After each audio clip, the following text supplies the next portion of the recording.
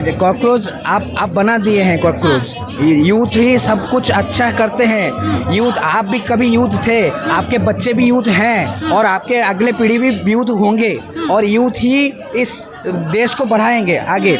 और मैं ये बोल रहा था कि जो आप लोगों को तो सरकार तो यूथ ही नहीं मान रही, वो तो कह रही दहशतगर्दों की बी टीम है। कैसे मान नहीं रहे? हाँ ठीक है, वो नहीं मान रहे हैं क्योंकि उनको दिखाई नहीं दे रहा है ये देश का जो जितना ये हालत है, पूरा बुरा हालत है, उनकी वजह से तो हो रहा है। नमस्कार, मैं पूनम और इस वक्त मेरी मौजूदगी जंतर मंतर पर। आपको बता दें कि लगातार कॉकरोच जनता पार्टी का प्रोटेस्ट चल रहा है। वहीं सरकार को लगातार ये कहते हुए नज़र आ रहे हैं कि इस्तीफ़ा दीजिए। आप थोड़ा माहौल देखने की कोशिश करिए कि जंतर मंतर पर आज 6वां दिन है, लेकिन वही भीड़, वही जोश और वही नज़ारा दिखाई देगा। थोड़ा मंच पर दिखाने की कोशिश करें कि मंच पर भी काफ़ी लोग मौजूद हैं। तो हमारे साथ इसी मुद्दे पे बातचीत करने के लिए उड़ीसा से एक पर्सन आए हैं। सीधा जानने की कोशिश करेंगे कि इतनी दूर से जंतर मंतर पर समर्थन देने क्यों उतरे हैं। सर, पहले आप अपना नाम बताइए। कि मेरा नाम विश्वजीत है, मैं उड़ीसा से आ रहा हूँ, कटक सालेपुर से आ रहा हूँ मैं। तो अगर मैं आ सकता हूँ तो आप लोग भी आके ज्वाइन कीजिए,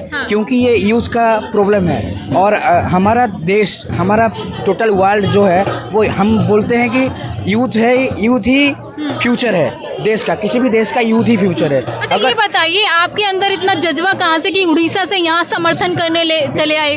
क्योंकि आप जानते ही होंगे जो हमारा शिक्षा मंत्री है धर्मेंद्र प्रधान जी, वो भी उड़ीसा से हैं और मैं भी उड़ीसा से हूँ और राष्ट्रपति जी भी उड़ीसा से है। तो ये एक हमारा मतलब मैं उड़ीसा से आया हूँ इधर, क्योंकि ये इंडिया ही है, हमारा देश है। तो हर राज्य का ये स्टूडेंट का जो भी यूथ है उनका एक जिम्मेदारी है कि आप जहाँ पे भी गलत हो रहा है आप बोलिए, आके प्रोटेस्ट कीजिए। मैं हूँ एनआईटी का स्टूडेंट हूँ, एमएससी पास आउट किया हूँ फिजिक्स से। 2024 में मैं पास आउट किया था। आप लोग अभी देख रहे हैं न्यूज़ में बहुत सारा आ रहा है कि नीट का पेपर लीक हुआ है और बहुत सारे स्टूडेंट्स मतलब 20+ स्टूडेंट्स मतलब सुसाइड कर दिए हैं। लेकिन आप नीट के अलावा भी बहुत सारे ऐसे सिस्टम में ऐसा फॉल्ट है जो कि आपको पता ही नहीं है। जैसे कि उड़ीसा में अभी हमारा जो एसएसबी लेक्चरर, मतलब हम जो स्टूडेंट को पढ़ाएंगे जी कॉलेज में पढ़ाएंगे एसएसबी लेक्चरर, उसका रिक्वायरमेंट आया है 2023 में आया था। लेकिन उसको जो स्टूडेंट्स हैं, जो कैंडिडेट्स हैं, वो भर के भी एमएससी पास आउट, मतलब एमएससी एमए मतलब मास्टर्स के स्टूडेंट्स भी अभी बेरोज़गार बैठे हैं। ठीक है, और इवन ऐसा नहीं है कि कोई मतलब छोटा सा यूनिवर्सिटी या फिर ऐसा, मैं मानता हूँ कि सारे एजुकेशन सही है, लेकिन आईआईटी एनआईटी से भी पास आउट होके भी वो बेरोजगार बैठे हैं, जैसे कि मैं ही है। शिक्षा मंत्री तो ये कह रहे हैं कि जो लोग कॉकरोच को समर्थन कर रहे हैं या कॉकरोच हैं वो दहशतगर्दों की वी टीम है, उनको क्या कहना चाहेंगे? नहीं, ऐसा तो बिल्कुल नहीं है। कॉकरोच आप बना दिए हैं कॉकरोच। यूथ ही सब कुछ अच्छा करते हैं। यूथ, आप भी कभी यूथ थे, आपके बच्चे भी यूथ हैं और आपके अगले पीढ़ी भी यूथ होंगे और यूथ ही इस देश को बढ़ाएंगे आगे। और मैं ये बोल रहा था कि जो आप लोगों को तो सरकार तो यूथ ही नहीं मान रही, वो तो कह रही दहशतगर्दों की बी टीम है। कैसे मान नहीं रहे? हाँ ठीक है, वो नहीं मान रहे हैं क्योंकि उनको दिखाई नहीं दे रहा है ये देश का जो जितना ये हालत है, पूरा बुरा हालत है, उनकी वजह से तो हो रहा है। तो वो चीज़ें अगर उनको बता रहे हैं कि हम लोग अगर बता के गलत हो रहे हैं कि ये गलत हो रहा है तो आप सही कीजिए। उसके पे भी अगर हम गलत हैं तो फिर ठीक है, हम गलत हैं, इट्स ओके।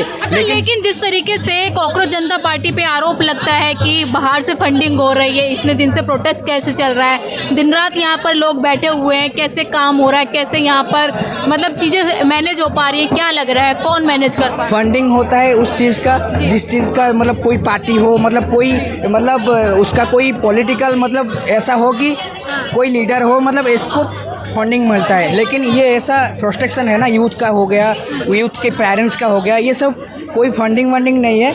ये सब ये है कि मतलब यूथ एक्चुअल में मैं मेरे को कोई फंडिंग नहीं किया है कि मेरे को टिकट कोई काट के नहीं दिया इधर आने के लिए। क्या कहना चाहेंगे शिक्षा मंत्री को जो लगातार जवाबदेही नहीं दे रहे लेकिन आपको देशगर्दों बोल रहे हैं?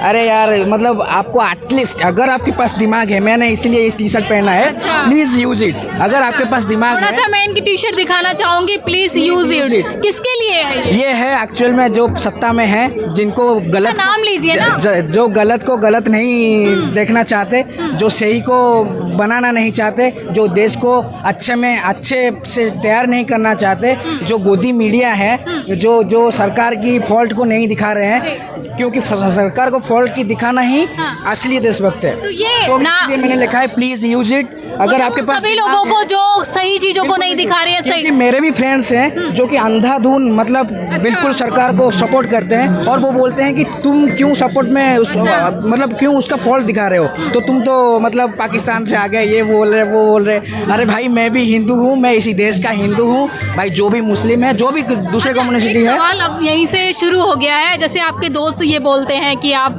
बीजेपी को सपोर्ट नहीं करते तो आप नहीं, देखिए हाँ किसी भी पॉलिटिकल का पार्टी को सपोर्ट करना ना करना वो अलग बात है, लेकिन गलत को गलत बोलना, सही को सही बोलना, ये तो मतलब कोई मतलब ये तो सनातन क्या ये सिखाता है कि अगर पेपर लीक होता है तो बोलो ना?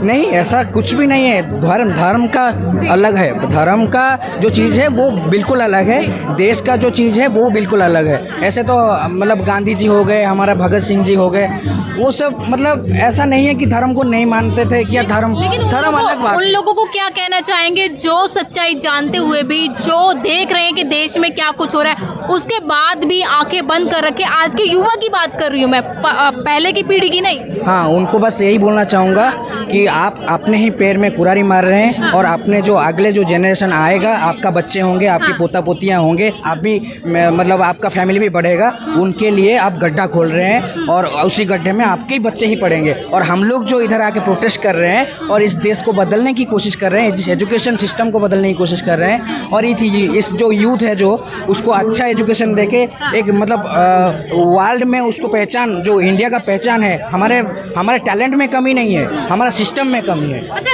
एक सवाल है, आप 6 दिनों से यहाँ पर हैं, क्या लग रहा है इस्तीफा तो नहीं हो रहा, फिर क्यों बैठे हुए हैं? देखिए मैं 6 दिन से यहाँ पे नहीं हूँ, लेकिन मैं सपोर्ट में हूँ। मैं आज ही आके आया हूँ, पहुँचा हूँ। मतलब प्रोटेस्ट तो 6 दिन से चल रहा है। वो तो 6 जून से चल रहा है। अभी तो ये 20 तारीख को इधर स्टार्ट हुआ है, लेकिन वो तो 6 जून से चल रहा है। नहीं तो रिजल्ट तो कुछ मिल नहीं रहा, फिर भी आप लोग बैठे हुए हैं। देखिए हम अपना काम करेंगे, अपना ड्यूटी करेंगे और अगर मतलब उसके बाद अगर वो मतलब बेशर्मी की हद है होती है एक, अगर वो उनको उतना भी नहीं होता है तो अब यूथ जितना कर सकता है उतना करेगा। मोदी सरकार को क्या कहना चाहेंगे? जो लोग ये कहते हैं, मोदी जी कहते हैं कि आज का युवा कल का भविष्य है। वो तो बिल्कुल सही बात बोलते हैं, आज का युवा कल का भविष्य, लेकिन उस भविष्य के लिए कुछ तो करे जो कि मतलब उस भविष्य। तो रील बनाइए, रील बनाने बताते तो रोजगार है रील बनाना। हाँ, तो इसीलिए तो कॉकरोच ज़्यादा हो गए ना, उनके हिसाब से हम कॉकरोच बन गए, फिर वही तो है कॉकरोच।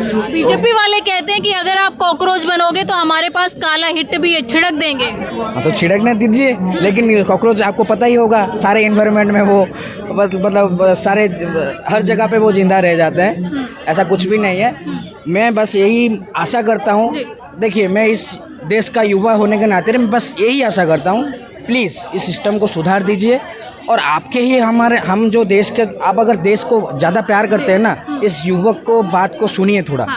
और मेरा सवाल ये है कि इस्तीफा लेने से क्या धर्मेंद्र प्रधान का, अगर आप इस्तीफा ले लेते हैं तो क्या ये जो लीकेज का सिस्टम है, ये पेपर लीक का सिस्टम है, ये बंद हो जाएगा?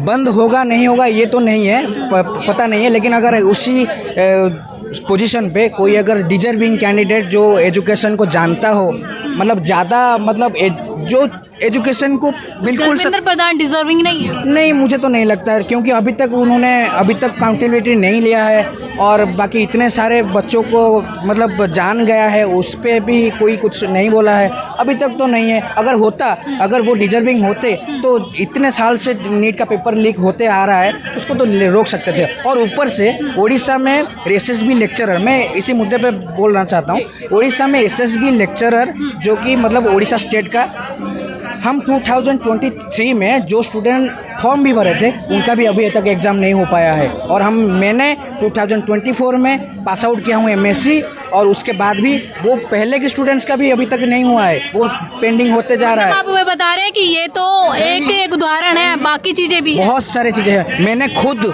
जूनियर साइंटिस्ट के पोस्ट में उड़ीसा पोल्यूशन बोर्ड में फॉर्म भरा था और जाके मैं जब मैं सेंटर में पहुंचा, एग्ज़ाम सेंटर में, तब देखा तो कैंसिल हो चुका है एग्ज़ाम। और उसके बाद 1-2 महीना 3 महीना 4 महीना हो गया, कोई भी उसके अगले बात कब होगा कोई नोटिफिकेशन कुछ भी नहीं है। तो ये सब बातों को अगर ध्यान में रख के, अगर मतलब इस यूथ की बात को सुन के अगर इस सिस्टम को प्लीज़ चेंज कर दीजिए तो हमारा देश बढ़ जाएगा और हमारा देश बहुत नाम रोशन करेगा।